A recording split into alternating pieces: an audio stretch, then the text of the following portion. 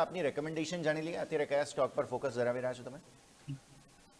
I think થોડુંક કહેવું તો ડિફિકલ્ટ છે કારણ કે બધા સ્ટોક અત્યારના કરેક્ટ થઈ રહ્યા છે, પણ આઈ થિંક 2 દિવસ પહેલા જે ડૉક્ટર રેડ્ડી કીધું હતું એ એકચ્યુઅલી બ્રેકઆઉટ આવી ચૂક્યું છે, એટલે અહીંયાથી મને હજી પણ કન્વિક્શન લાગી રહ્યો છે. એટલે આપણે જોઈએ તો એઝ અ ફાર્મા સેક્ટર છે થોડુંક ડિફેન્સિવ છે, એટલે ઇનફેક્ટ રિસન્ટ કરેક્શનમાં મને લાગે છે કે ફાર્મા સેક્ટર જે છે એ થોડુંક જે બ્લડ બાથ આપણને આજના દિવસમાં જોયું છે મે બી એની સામે ટેકો આપી શકે છે માર્કેટને.